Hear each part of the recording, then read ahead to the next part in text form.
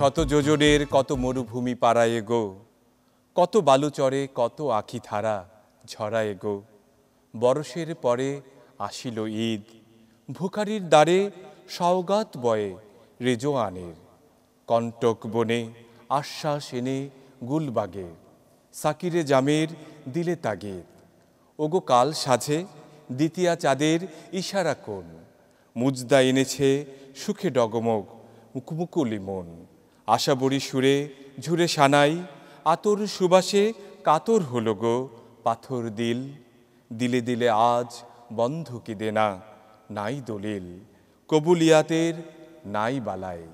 সুপ্রিয় দর্শক, আপনাদের সবাইকে স্বাগত জানাচ্ছি প্ল্যানেটারি হেলথ একাডেমিয়া সুরক্ষায় প্রতিদিন অনুষ্ঠানে, পাওয়ার্ড বাই ইউনাইটেড হসপিটাল। এবং এই বিশেষ অনুষ্ঠানে আমরা আজকে নির্ধারণ করেছি ঈদ আনন্দ আড্ডায় সুস্থ থাকা চাই। আপনাদের সঙ্গে আছি আমি ডাক্তার অমিতা হাসান।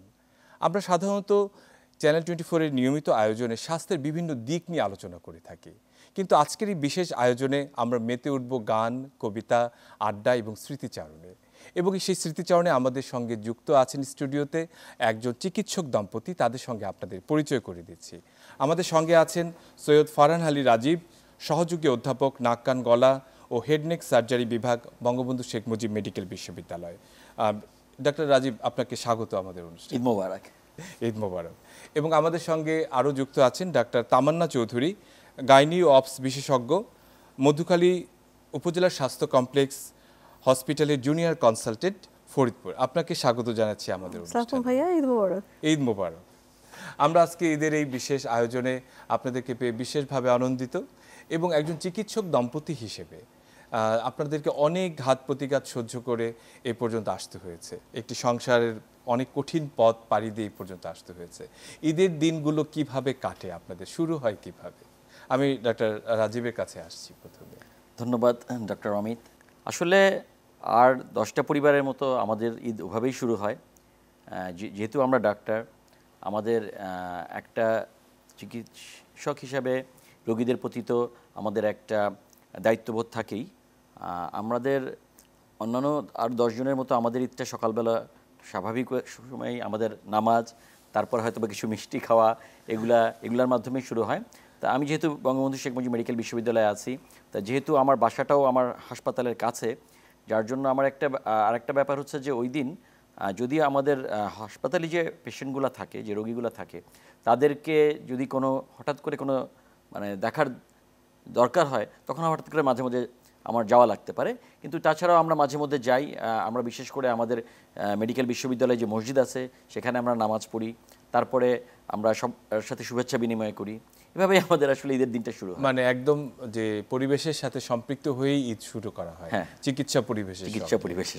আমি ডাক্তার তামান্নার কাছে আসছি যে আসলে এই যে বললেন যে চিকিৎসক পরিবারের একজন সদস্য হিসেবে, এবং আপনার বিশেষ করে যে বিষয়টিতে আপনি রয়েছেন গাইনি এবং অপস, সেখানে তো আসলে কোনো বাধা মানে না। দেখা যাচ্ছে যে ঈদের দিনই কিন্তু অনেক নর্মাল ডেলিভারি, অনেক সিজারিয়ান সেকশনের ব্যাপার ঘটে থাকে, কারণ তারা তো ব্যাপারটি তো পূর্ব নির্ধারিত নয়। তো সেক্ষেত্রে কখনো কি এরকম হয়েছে যে ঈদের দিন হসপিটালে আপনাকে ডিউটি করতে হয়েছে? এখনো যেতে হয়। ওই সময়টা আরো বেশি করতে হয়েছে। যে একবার হলো আমার হাজব্যান্ড, ও তখন উচ্চশিক্ষার জন্য বাইরে গিয়েছে, দেশের বাইরে।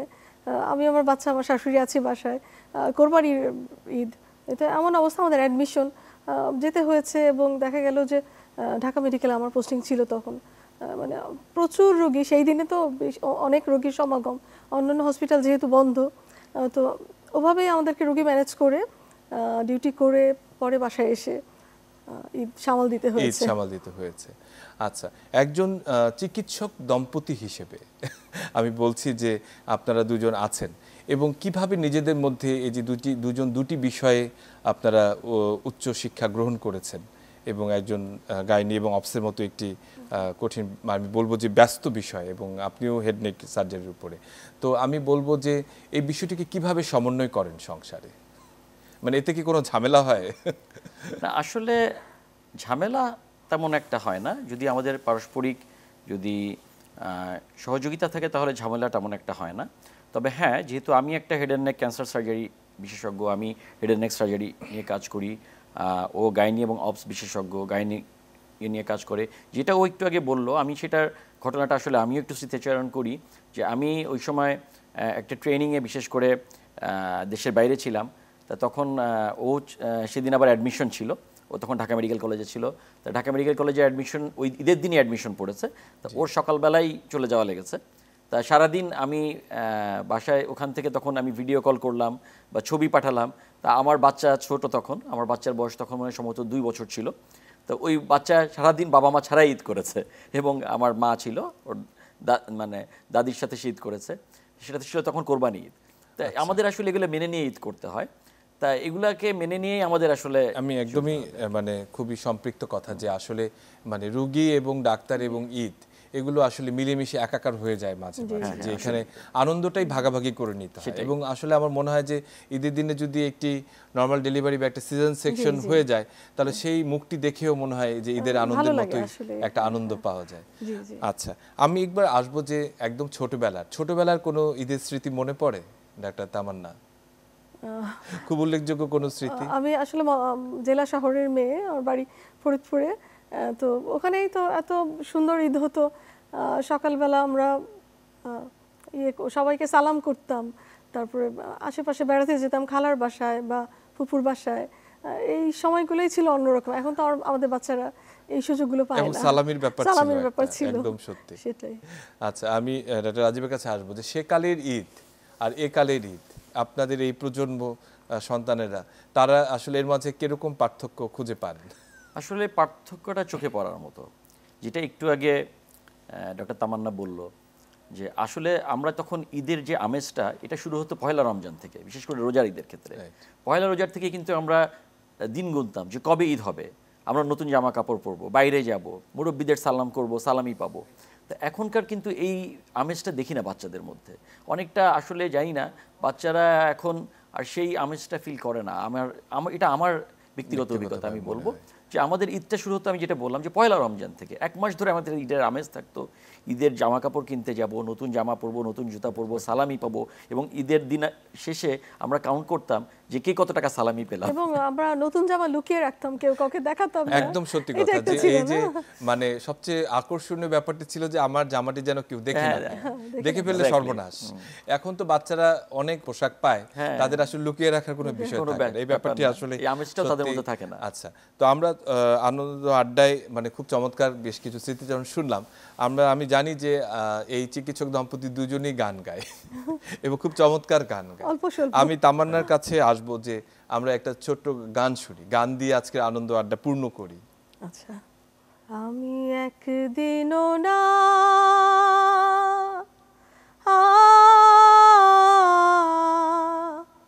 দেখিলাম তারে, বাড়ির পাশে আর শ্রীনগর, ও এক ঘর পড়শি বসত করে, এক ঘর পড়শি বসত করে, আমি একদিনও না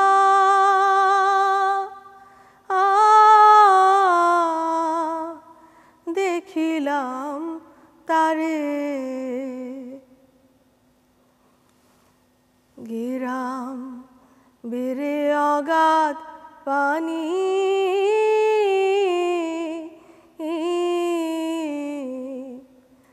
নাই কিনারা নাই তরুণী পারে, বাঞ্ছা করে দেখব তারে,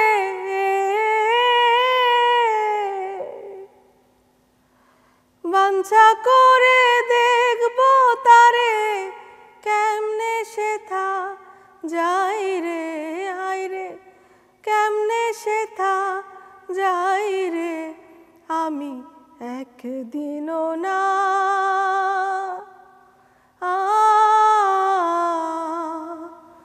দেখিলাম তারে। অসাধারণ, অসংখ্য ধন্যবাদ তামান্না। এবং সত্যি মানে কি গভীর কথা। জি, লালনের কথাগুলো এত চমৎকার, এত মানে মন ছুঁয়ে যায়। এবং এই ঈদের আনন্দ আড্ডায় সত্যি গানটি একটি নতুন মাত্রা যোগ করলো। আমরা আলোচনা করছিলাম যে ঈদের বিশেষ স্মৃতিচারণ আমরা কিভাবে ঈদ কাটিয়েছি। আমি এবার একটু ডাক্তারি বিষয়ে যাই।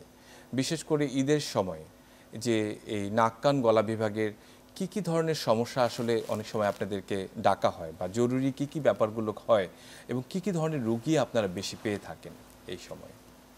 ধন্যবাদ আপনাকে। আসলে নাক কান গলার কিছু কিছু রোগী আমরা ঈদের সময়, যেগুলো এমার্জেন্সি, এগুলো আমরা মাঝে মধ্যে হসপিটালে বিশেষ করে পেয়ে থাকি। যেমন নাক কান গলার একটা কমন এমার্জেন্সি হচ্ছে নাক দিয়ে রক্ত পড়া। এখনকার যে আবহাওয়াটা চলছে এই সময় অনেক সময় পেশেন্ট আমরা পাচ্ছি যাদের ঠান্ডাজনিত কারণে অনেক সময় নাক দিয়ে রক্ত পড়ে। তো সে ধরনের নাক দিয়ে রক্ত পড়লে স্বভাবতই কোনো মানুষের যখন নাক দিয়ে রক্ত পড়ে সে একটু ভয় পেয়ে যায়, সে হসপিটালে ছুটে আসে। সেটা তখন তো ঈদ বা ঈদের বন্ধ, সেটা তো আসলে বড় ব্যাপার হয়ে থাকে না। তখন সেই নাক দিয়ে রক্ত পড়াটা রোগীগুলো ম্যানেজ করা লাগে আমাদের, বিশেষ করে ইএনটি স্পেশালিস্ট যারা এমার্জেন্সিতে থাকে। তারপরে হচ্ছে যে যদি কখনো কারো ফরেন বডি থ্রোট চলে আসে, গলার মধ্যে কোনো কিছু আটকে গেল, সে কাটা হোক বা যে কোনো কিছু হোক, সেগুলো আমাদের প্রচুর মাংস এবং অনেক কিছু এই খাওয়া দাওয়ার কারণে অনেক সময় গলায় মাংস আটকে যায়, এরকম কিন্তু চলে আসে তখন। আবার মাঝে মধ্যে আসে যাদের শ্বাসকষ্ট নিয়ে, হঠাৎ করে দেখা গেল যে বিশেষ করে সেটা যদি ক্যান্সারজনিত শ্বাসকষ্ট হয়, তখন এরকম আমার একটা ব্যক্তিগত অভিজ্ঞতাও আছে যে ঈদের আগের দিন রাত 2টা পর্যন্ত আমার একটা পেশেন্ট ম্যানেজ করা লাগছে, ঈদের রাত 2টা 2:30 পর্যন্ত। হঠাৎ করে পেশেন্টের শ্বাসকষ্ট শুরু হয়ে গেল, তা আমি যে ওখানে বসেছিলাম এটাকে ম্যানেজ করার জন্য, এবং আমি ঈদের আগের দিন রাত 2:30টার সময় বাসায় আসছি। তো এরকম আসলে এই ধরনের রোগীগুলো আমরা সাধারণত, বিশেষ করে বাচ্চারা যদি বাচ্চারা অনেক সময় নাকের মধ্যে কানের মধ্যে ফরেন বডি ঢুকিয়ে দেয়, হ্যাঁ, বা গলায় কাটা আটকে গেল কারো, বা কোনো একটা মাংসের দলা আটকে গেল, এই ধরনের ইমার্জেন্সিগুলো। যদি এই নাক দিয়ে যদি রক্তপাত হয়, তাহলে কি প্রাইমারি বা বাসায় যদি কিভাবে আসলে এটাকে প্রাইমারি ট্রিট করা যায় বা আসলে প্রথমে যেটা বুঝতে হবে যে নাক দিয়ে যদি রক্ত পড়ে, হ্যাঁ, যদি হঠাৎ করে, এটাতে ভয় পাওয়ার কোনো কারণ নেই। আমাদের ম্যাক্সিমাম রোগীরা যেটা করে যে আসলে ভয় পেয়ে যায় তারা, যে নাক দিয়ে রক্ত পড়ছে, কী করতে হবে? এটা হচ্ছে বাসায় প্রাথমিক চিকিৎসা যেটা আমরা বলি, যে সেটা হচ্ছে জাস্ট সিম্পল কিছু না, নাকের সামনের অংশটা চেপে ধরতে হবে 5 মিনিট, একদম নাকের সামনের অংশটা চেপে ধরে ওখানে মুখে বরফ চুষবে এবং নাকের চারপাশে বরফ লাগালে সাধারণত এমনিতেই নাকের রক্ত পড়া বন্ধ হয়ে যায়। এবং তারপরে অবশ্যই নাক কান গলা বিশেষজ্ঞের শরণাপন্ন হতে হবে যে কেন রক্তটা পড়েছে, বা আবার যাতে রক্ত পড়ে কিনা, বা তার কোনো ওখানে আসলে কোনো কারণটা জানার জন্য। আতঙ্কিত না হয়ে প্রাথমিক চিকিৎসা দিয়ে কিন্তু নাক দিয়ে রক্ত, এটা আসলে অনেক ক্ষেত্রেই দেখা যাচ্ছে কার্যকরী হয়। আচ্ছা ডাক্তার তামান্না, আপনার কাছে আসবো।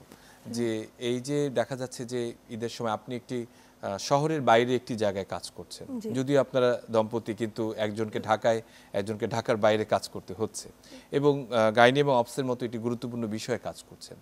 তো ঈদের সময়ে বা এই সময়ে দেখা যাচ্ছে যে কি কি ধরনের এই মানে বাচ্চাদের ডেলিভারি নিয়ে যে প্রবলেমগুলো হচ্ছে, বা সিজারিয়ান সেকশন নিয়ে প্রবলেমগুলো হচ্ছে, কি কি ধরনের সমস্যাগুলো আসলে প্রকট হয়ে ওঠে? প্রথমে দেখা যায় যে বাড়িতে ডেলিভারি এখনও কিন্তু ইনস্টিটিউশনাল ডেলিভারি ওভাবে যে আমরা আমাদের লক্ষ্যে পৌঁছাতে পেরেছি তা না। প্রচুর পরিমাণে হোম ডেলিভারি হচ্ছে, এবং পোস্টপার্টাম হেমোরেজ যেটা বলে, মানে ডেলিভারি পরবর্তী রক্তক্ষরণ অতিরিক্ত, এইটা বড় সমস্যা এখনও আমাদের দেশে, মাতৃমৃত্যুর বড় একটা কারণ, মূল কারণ আসলে এইটা একটা নিয়ে আসে।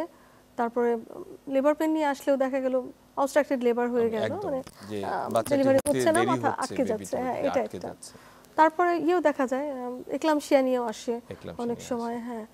আর এখন অ্যালার্মিং ভাবে যেটা বেড়ে যাচ্ছে যে একটোপিক প্রেগন্যান্সি এত বেড়ে গিয়েছে, একটোপিক প্রেগন্যান্সি নিয়েও আসে, এবং এটা লাইফ থ্রেটেনিং কন্ডিশন, যদি ইমিডিয়েট এক্লাম্পসিয়া ম্যানেজ না করা যায়। জি।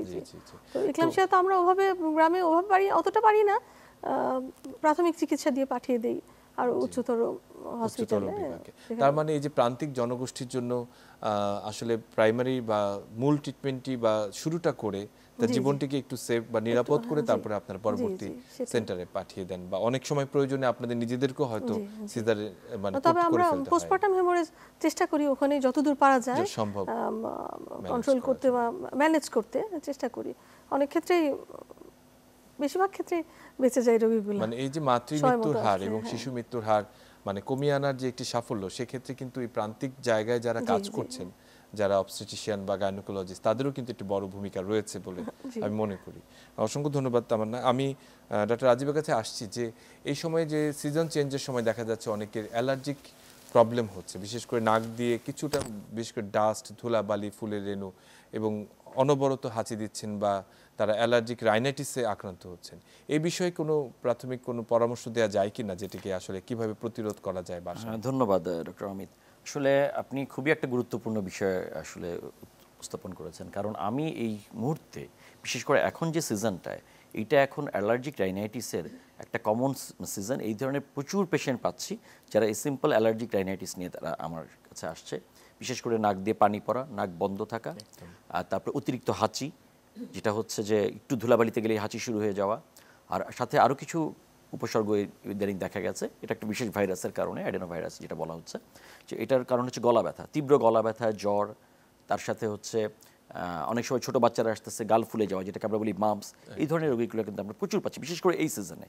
তা এদের জন্য যেটা আমি বলতে হবে যে আমরা প্রথমে যেটা আমরা বলি যে যারা অ্যালার্জিক রাইনাইটিস, যে অ্যালার্জি একটা বংশগত রোগ, সাধারণত এটা অনেক সময় পরিবেশের সাথে সম্পর্কিত, বিশেষ খাবারের সাথে সম্পর্কিত অনেকের। তবে মেইনলি যেটা আসলে অ্যালার্জির উদ্রেক করে সেটা হচ্ছে ডাস্ট, ধুলাবালি, যেটা আপনি বললেন, ধুলাবালি, ধোঁয়া, ঠান্ডা, মেইনলি ধুলাবালি আমাদের দেশের মানে প্রেক্ষাপটে। তো এই জন্য আমরা যেটা বলি যে অবশ্যই অ্যান্টিহিস্টামিন জাতীয় ওষুধ খেতে হবে। যদি অ্যালার্জিটা বেড়ে যায় তাকে নাকে ড্রপ নিতে হবে, বা আমরা নাকে ড্রপটা বেশি দিন দিতে বলি না, আমরা স্প্রেটা বলি, একটু এটা দীর্ঘদিন দেওয়া যায়। আর একটা ব্যাপার হচ্ছে যে তাকে যে ধুলাবালি, ধোঁয়া, ঠান্ডা, এটা তাকে অ্যাভয়েড করতে হবে। বিশেষ করে তাকে মাস্ক পরতে হবে। শুধু মানে করোনার কারণেই যে আমরা মাস্ক পরবো তা না, আসলে আমাদের এই অ্যালার্জিক রাইনাইটিসের যে পেশেন্টগুলো তাদেরকেও আমরা সবসময় উপদেশ দিই যে আপনারা বাসার বাইরে গেলে বা ধুলাবালিতে গেলে অবশ্যই মাস্ক ব্যবহার করবেন। ডাক্তার তামান্না, আপনার কাছে একদম ব্যক্তিগত একটা প্রশ্ন করছি, সেটি হচ্ছে ডাক্তার রাজীবের সাথে কিভাবে পরিচয়, এবং এই যে গাঁটছাড়া আপনারা বাঁধলেন কিভাবে সেটির সূচনা হলো? আমরা দুইজনই রাজশাহী মেডিকেল কলেজে পড়ালেখা করেছি, ওখানেই পরিচয়। সিনিয়র ভাই ছিলেন আমার, 2 বছর সিনিয়র, কিন্তু ওখানে জাস্ট পরিচয় ছিল, তার বেশি কিছু না। পরবর্তীতে এসে বিয়ের প্রস্তাব, বাকিটা তুমি বলো। তারপরে কি হলো ডাক্তার রাজীব? আচ্ছা, আমি একটু বলি এখানে। যেটা ব্যাপার হচ্ছে যে আসলে ওকে আমি মেডিকেল কলেজ থেকেই চিনতাম, আমার 2 বছরের জুনিয়র। তা সেখানে চেনাটাই আসলে, আমরা বিভিন্ন প্রোগ্রাম করতাম, আমরা ক্লাব করতাম, ক্লাবের মাধ্যমে আমাদের দেখা সাক্ষাৎ সব কিছুই হতো, কিন্তু তখন আসলে আমাদের মধ্যে কোনো, আমি যেটা বলবো যে প্রেম ঘটিত কোনো ব্যাপার ছিল না। এটা আসলে সত্যি কথা। তারপরে যখন আমি চলে আসি, তা এর মধ্যে ও 2 বছর পরে যখন ও ইন্টার্নি শুরু করে, তো এর মধ্যে আমার বাসায় আমার বিয়ের কথাবার্তা চলছে। তো তখন আমি যেহেতু আগে থেকে ওকে চিনি, তখন আমারই কিছু বন্ধু বান্ধবের মাধ্যমে আমি ওর সাথে যোগাযোগ করি, যে ওর সাথে, এবং এটা পুরোপুরি সেটেল ম্যারেজ বলা যায়, যে আমিও তার মাধ্যমে প্রস্তাব পাঠাই। প্রস্তাব পাঠানোর পরে সেটা দুই ফ্যামিলি পরিবারের মানে এটি আসলে মানে একটি পছন্দ ছিল প্রথম দর্শনে, এবং সেটি পরবর্তী প্রণয়ে এবং পরিণত হয় আর কি, যেটা আমরা বুঝলাম। ভীষণ ভালো লাগলো শুনে। তো আমি এবার জানতে চাই ডাক্তার তামান্নার কাছে যে আমাদের এই যে প্রান্তিক জনগোষ্ঠীর জন্য যে সেবাটি আপনারা দিচ্ছেন, সেটি কি আসলে আরও কিভাবে আসলে এটিকে উন্নত করা যায়? মানে এই যে যারা মাতৃমৃত্যুর হার এবং শিশু মৃত্যুর হার কমানোর ক্ষেত্রে আমরা অনেক সফলতা অর্জন করেছি, কিন্তু এখনও কিন্তু অনেক জায়গায় দেখা যাচ্ছে যে বিশেষ করে সিজারিয়ান সেকশনের ক্ষেত্রে, অথবা যে অবস্ট্রাকটেড লেবার বললেন, এই জায়গাগুলোতে কিন্তু এখনও অনেক সমস্যা রয়েছে। সেই জায়গাগুলোতে আসলে কিভাবে আপনারা মনে করেন যে আসলে উন্নতি করা যায়? আসলে শিক্ষার বিকল্প তো নেই, কি বলবো, শিক্ষিত হলে ওদেরও সচেতনতা বাড়বে। হ্যাঁ, ওরা এই যে অধিকাংশ ডেলিভারি বাড়িতে হচ্ছে, এবং খুব ছোট্ট একটা ব্যাপার যে প্লাসেন্টা, রিটেইন প্লাসেন্টা, অথবা ডেলিভারির সময় ইনজুরি বার্থ ক্যানেলে, এই কারণে পিপিএইচ হয়ে মানে চিন্তাই করা যায় না। খুব আমরা হসপিটালে যেটা খুব কুইকলি ম্যানেজ করতে পারি, বাড়িতে ডেলিভারির জন্য এটা করা যায় না, এবং আলটিমেটলি অনেক ক্ষেত্রে রোগীকে বাঁচানো যায় না। তো এই হসপিটাল ডেলিভারি, ইনস্টিটিউশনাল ডেলিভারি যদি বাড়ানো যায়, এটা একটা। তারপরে এই তো খুব অল্প বয়সে বিয়ে হয় মেয়েগুলোর। একটা কথা বলি, যেটি অ্যান্টিনেটাল কেয়ার, মানে দেখা যাচ্ছে যে মানে গর্ভবতী হবার পরবর্তী সময়ে যে সময়টি রয়েছে, এই সময়ে তাদের যে মনিটরিং এবং তাদের যে ব্যবস্থাপনা, সেটি কি আসলে আমাদের সীমার মধ্যে আছে, বা অ্যান্টিনেটাল কেয়ার কিন্তু খুব একটা খারাপ না অবস্থান। প্রচুর রোগী আসেন অ্যান্টিনেটাল চেকআপের জন্য, এবং সরকার তো অনেক সুব্যবস্থা করেছেন। ওরা ভাতা দিচ্ছে, প্রসূতি মায়েদেরকে ভাতা দিচ্ছে, তাদের কার্ড করে দিচ্ছে। এইসব কারণে এটাও একটা ব্যাপার, এরা আসে। কিন্তু ডেলিভারির সময় বাড়িতে ডেলিভারি করে বেশিরভাগ ক্ষেত্রে, এটাই হয়েছে সমস্যা একটা। আর হসপিটালগুলোতে, আমাদের হসপিটালে আমরা চেষ্টা করে যাচ্ছি যতদূর সম্ভব করা যায়, কিন্তু আমরা আরও একটি সুব্যবস্থা। কথা প্রচলিত আছে যে এই গাইনোকোলজিস্টরা বা মানে সব মানে এই নর্মাল ডেলিভারির যে ধারাবাহিকতাটা এটা আসলে সময় সাপেক্ষ এবং অনেক অবজারভেশনের বিষয় রয়েছে। জি। সেক্ষেত্রে সিজার করাটি বোধহয় সহজ। সেক্ষেত্রে কি আসলে ব্যাপারটি কি সেরকম যে সিজার করার প্রবণতা এই ক্ষেত্রে বেড়ে যাচ্ছে আমাদের দেশে, বা এটি কি কোনো ইন্ডিকেটর হিসেবে কাজ করে কোথাও? সিজারের যখন ইন্ডিকেশন থাকে তখনই আসলে করা উচিত। তো সেই ক্ষেত্রে আবার অনেক ক্ষেত্রে প্রসূতি মা নিজেও চাইছেন। এটি আমি বলছি যে অনেকে নিজেরাও অনেক ক্ষেত্রে চেয়ে থাকেন, নিজেরাও চাইছেন, আবার সেটাই হয়তো আবার অনেক সময় প্রয়োজনও হচ্ছে, প্রয়োজনের ক্ষেত্রে তো করতেই হবে। আচ্ছা ডাক্তার রাজীব, আপনার কাছে আসব যে এই যে বিশেষ করে ধূমপায়ী যারা রয়েছে তাদের ক্ষেত্রে দেখা যাচ্ছে যে এই গলার ক্যান্সার এবং ফুসফুসের ক্যান্সার এবং অনেক ক্ষেত্রে হেড নেক ক্যান্সার এগুলো বেড়ে যাচ্ছে, এবং আপনি ক্যান্সার নিয়ে কাজ করেন, বিশেষ করে ক্যান্সার সার্জারি নিয়ে। সেক্ষেত্রে আসলে এর প্রবণতা কতখানি, এটার সাথে কতখানি সম্পৃক্ত এই ধূমপান বিষয়টি, এবং সচেতনতা কতখানি জরুরি? এটা আসলে সরাসরি সম্পৃক্ত। ধূমপানটা হচ্ছে গলার ক্যান্সার বা ফুসফুসের ক্যান্সারের সাথে সরাসরি সম্পৃক্ত। এটা আমরা সাধারণত যেটা দেখি যে আমাদের দেশে যেই জিনিসগুলো, বিশেষ করে প্রান্তিক জনগোষ্ঠী যারা, তারা হচ্ছে বিড়িতে আসক্ত। বিড়িটা হচ্ছে একদম তামাক যেটাকে বলা হয়, হ্যাঁ, যেটা হচ্ছে রিফাইন্ড না। তো এটাতে আসলে এই মুখের ক্যান্সার বা ষড়যন্ত্রের ক্যান্সারের প্রবণতাটা আরও বেশি বেড়ে যায়। হ্যাঁ, তা সাধারণত আমরা এই ধরনের প্রচুর পেশেন্ট পেয়ে থাকি। ওভারঅল বাংলাদেশি টোটাল ক্যান্সারের আমি বলবো 30% হচ্ছে হেড অ্যান্ড নেক ক্যান্সার, এবং হেড অ্যান্ড নেক ক্যান্সারের মধ্যে একটা উল্লেখযোগ্য অংশ হচ্ছে কার্সিনোমা ল্যারিংসের ক্যান্সার, যেটা বলি আমরা ষড়যন্ত্রের ক্যান্সার। তো ষড়যন্ত্রের ক্যান্সারগুলো সাধারণত কী নিয়ে মানে প্রেজেন্ট করে, সাধারণত পেশেন্ট কিন্তু বোঝে না, তার গলার স্বরে পরিবর্তন হচ্ছে আস্তে আস্তে, গলার মধ্যে কাটা কাটা লাগছে, গলার খেতে পারছে না, খেতে সমস্যা হচ্ছে, তারা কিন্তু বুঝে না। তারা হয়তো বিভিন্ন জায়গায় যাচ্ছে, বিভিন্ন কবিরাজের কাছে যাচ্ছে বা হোমিওপ্যাথি এরকম, এবং এতে অনেক দেরি হয়ে তারা আমার কাছে আমরা আসবো। তার আগে আমরা আবার ঈদের আনন্দে ফিরে আসি আড্ডায়। আমরা একটা আবার গান শুনি রাজীবের কাছ থেকে এবং তামান্নার কাছ থেকে, একটা যৌথ একটা গান শুনি আমরা, ডুয়েট গান। দুজনকে একসাথে গান করেন কখনো? জি, আমরা অবসর সময় পেলেই চেষ্টা করেন। কখনো আসলে এই যে গানের চর্চার শুরুটা কবে থেকে? একদম ছোটবেলা থেকে? আমি ছোটবেলা থেকেই গান করতাম। আমার মা গান করতেন, নানি, আমার নানা বাড়ি প্রায় সবাই গান করতেন। আচ্ছা। আর রাজীবের গান তো আমরা শুনবোই এখন। ঠিক আছে, আমরা শুরু করি তাহলে।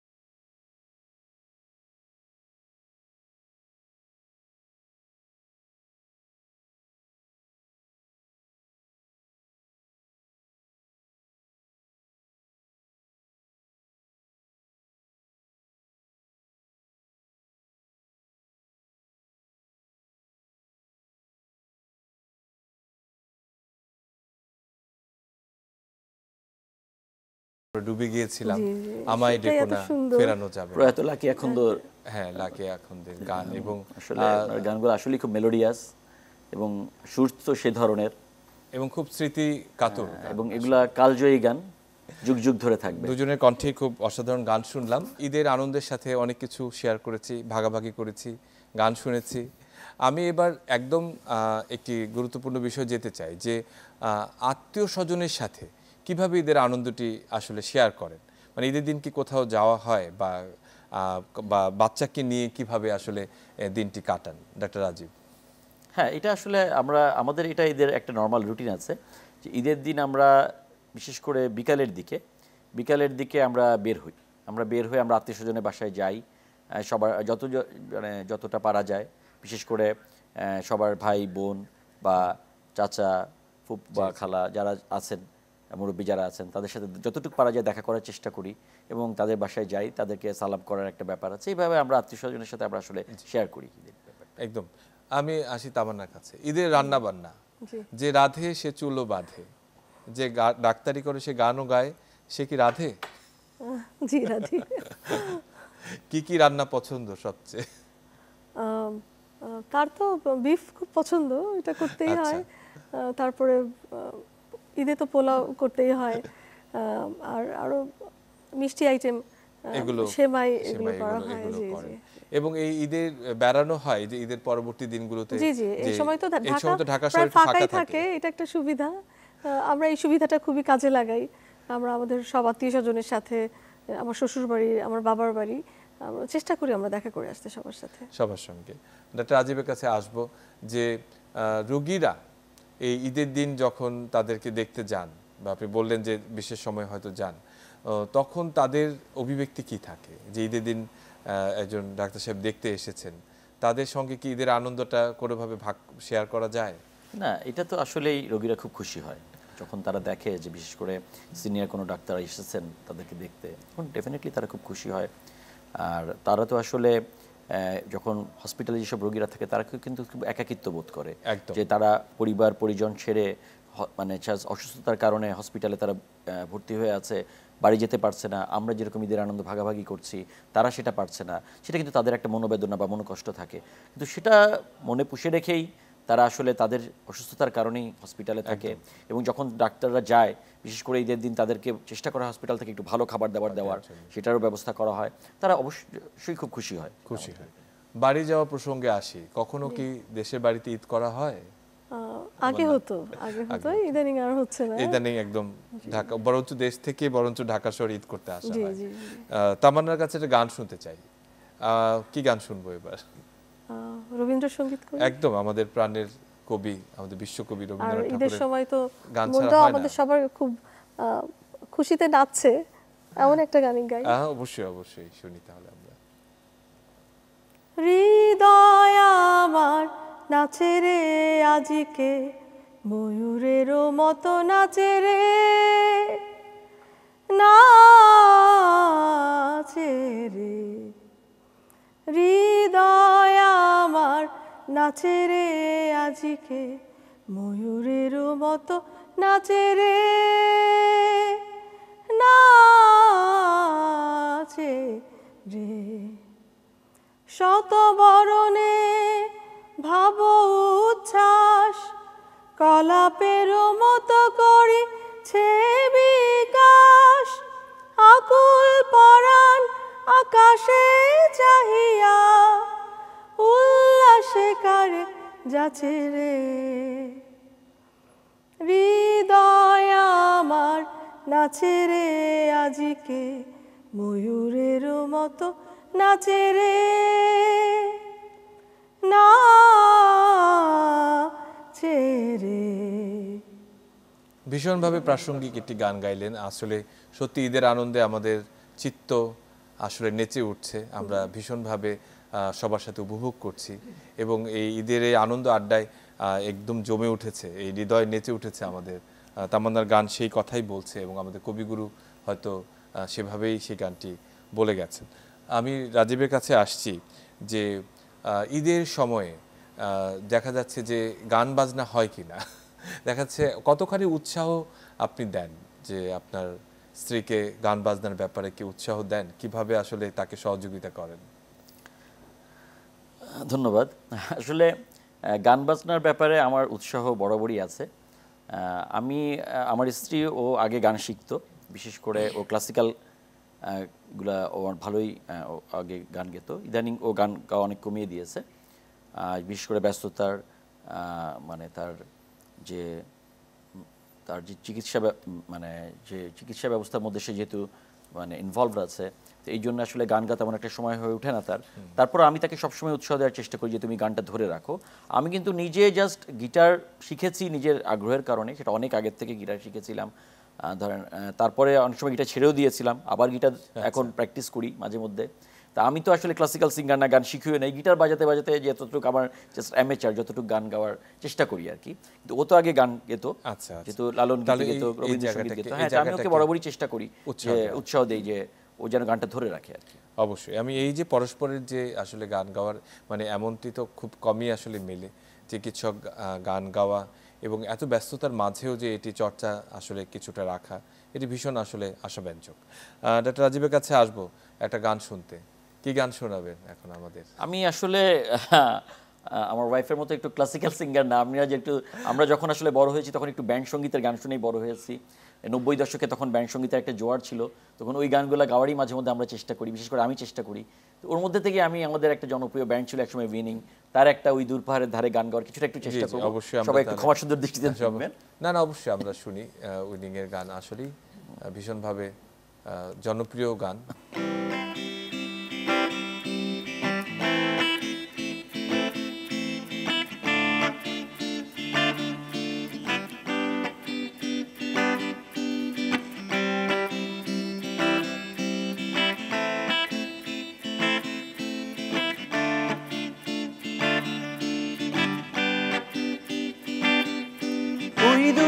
পাহাড়ের ধারে দিগন্তেরই কাছে নিঃসঙ্গ বসে একটি মেয়ে গাইছে আপন সুরে, আপন সুরে, আপন সুরে।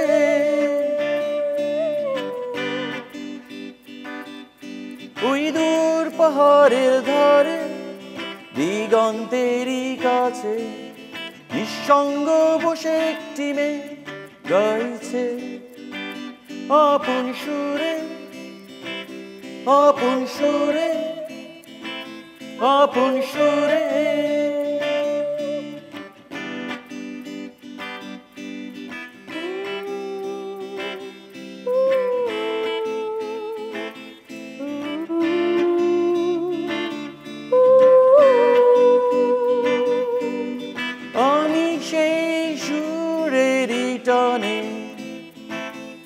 ছুটে চলেছি তার পানে,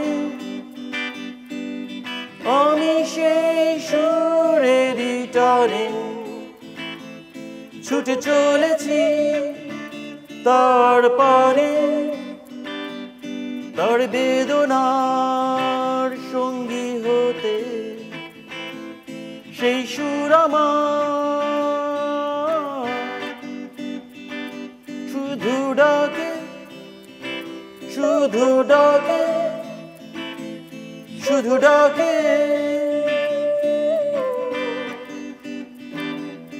ওই দূর পাহাড়ের ধারে দিগন্তেরই কাছে নিঃসঙ্গ বসে একটি মেয়ে গাইছে আপন সুরে, আপন সুরে, আপন সুরে।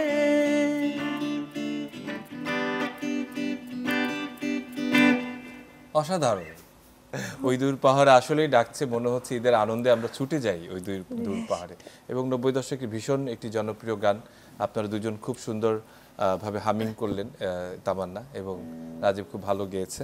এবং আশা করছি যে আপনাদের এই গান চর্চা অব্যাহত থাকবে। ঈদের আনন্দের সাথে গান এটি নতুন মাত্রা যোগ করলো, চিকিৎসার মতো একটি ভীষণ জটিল এবং ব্যস্ত বিষয়ের সাথেও আপনার গানকে যুক্ত করেছেন, ধরে রেখেছেন, এটি নিঃসন্দেহে আমরা এটা আশাবাদ মানে আনন্দের এবং আশাব্যঞ্জক। তো অসংখ্য ধন্যবাদ আপনাদের দুজনকে, এই চিকিৎসক দম্পতিকে আমাদের আজকে এই ঈদ আয়োজনে সুরক্ষায় প্রতিদিন অনুষ্ঠানের সঙ্গে থাকার জন্য। সুপ্রিয় দর্শক, আমরা অনুষ্ঠানের একেবারেই শেষ পর্যায়ে। ঈদের আনন্দ আড্ডায়, গান, কবিতায় অনেকখানি সময় আমরা পার করে দিলাম। সুরক্ষায় প্রতিদিনের যে ধারাবাহিকতা থেকে আমরা একটু বেরিয়ে এসে আমরা কবিতা গানে মত্ত হয়েছিলাম, সেই সঙ্গে চিকিৎসারও কিছু তথ্য কিন্তু ছিল আপনাদের জন্য। ঈদের এই আয়োজনের সঙ্গে আপনারা যারা আমাদের সঙ্গে যুক্ত আছেন তাদের সবাইকে অসংখ্য ধন্যবাদ। এবং কৃতজ্ঞতা। এবং এই ঈদে সবাই সুস্থ থাকবেন, ভালো থাকবেন। এবং শেষ করছি আমাদের জাতীয় কবি কাজী নজরুল ইসলামের একটি কবিতা, ঈদ মোবারক কবিতার শেষ চরণটুকু দিয়ে। সেই পর্যন্ত আমাদের সঙ্গে থাকবেন, ভালো থাকবেন, সুস্থ থাকবেন। পথে পথে আজ হাকিব বন্ধু, ঈদ মোবারক আসসালাম। ঠোঁটে ঠোঁটে আজ বিলাবু শিন্নি ফুল কালাম। বিলিয়ে দেওয়ার আজিকে ঈদ, আমার দানের অনুরাগে রাঙা ঈদগারে। সকলের হাতে দিয়ে দিয়ে আজ আপনারে, দেহ নয় দিল হবে শহীদ।